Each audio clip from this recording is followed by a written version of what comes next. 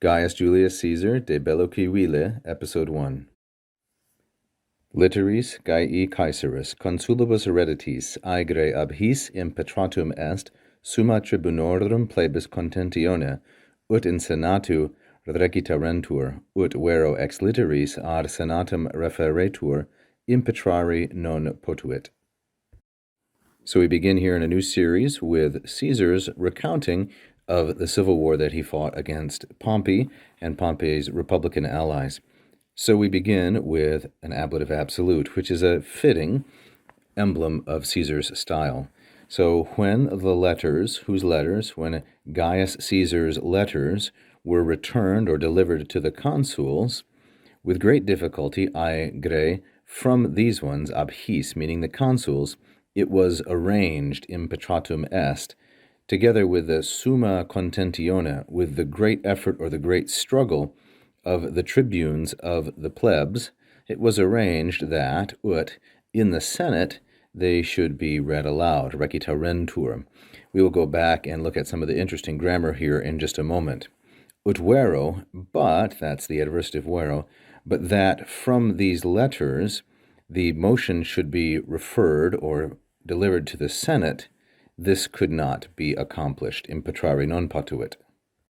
So we begin then with our grammatical analysis, literis reditis. Literis and reditis, these are both feminine plural and ablative. And remember that epistola is a missive in the singular. Litera in the singular, like so, is a letter of the alphabet. But in the plural, literae, it means a piece of literature, or in this instance, an epistola. So epistola, singular, a missive, is a synonym for literae in the plural, like so. And so when Caesar's letter, we have Gaii Caesaris in the masculine singular and genitive. When Caesar's letter was delivered, reditis, to the consuls, so consulibus is going to be masculine plural and dative. It's going to be an indirect object with this passive participle reditis. Now, reditis is from redo, redere, a third conjugation verb. You can see it's a compound of re and a form of the verb do, to give. So when Caesar's letter was delivered to the consuls, then we go on to ab his. From these ones, and the antecedent of his is consulibus. We'll overlook the adverb for a moment here. From them, impetratum est. It was obtained. Now, this is an impersonal construction, and this is the verb impetro, impetrare, which is a common verb. It means to accomplish something or to get something. Now, to understand this properly, I would suggest you look at Gildersleeve, as I did, his Latin grammar, 553.1, which talks about complementary consecutive clauses. So that's what the ut here through recitarentur is. It's a complementary consecutive clause with specific verbs like this, like impetrare. So from them, from the consuls, it was obtained, impetratum est. It was obtained barely or with difficulty, together with, we would say that in English because this is a subordinate idea, although there is no conjunction et or anything between them, between the summa portion and the main clause. And so summa contentione, that's a feminine singular, and I'm taking it as an ablative of instrument. So by the great effort, the great exertion, the highest exertion. Now, whose was it?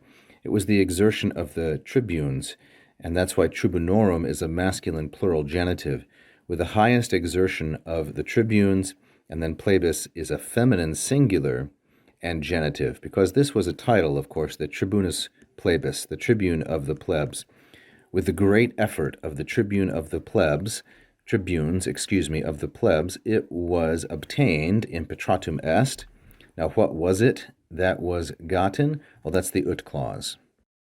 It was arranged, that the letter recitarentur, it be read aloud in the Senate, in senatu. Senatu, of course, is a fourth declension, masculine singular, and an ablative of place, ablativus localis.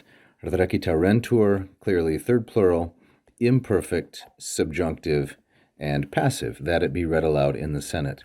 But, vero, there's the adversative. Now this one is not as strong as the adversative sed. It's similar to it, but not as strong as sed. It's perhaps more similar to autem.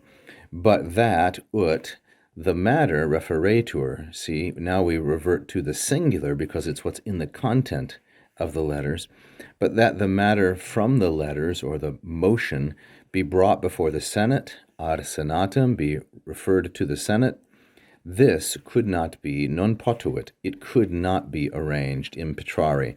So now we have a form of the same verbal, but now we have it as a present infinitive and passive, a present infinitive passive, this impersonal verb. And the potuit, of course, is a third singular perfect indicative active from posse. So we might ask, what's the subject of potuit? Well, in terms of meaning, of course, this clause, ut through referetur, that's the subject of potuit.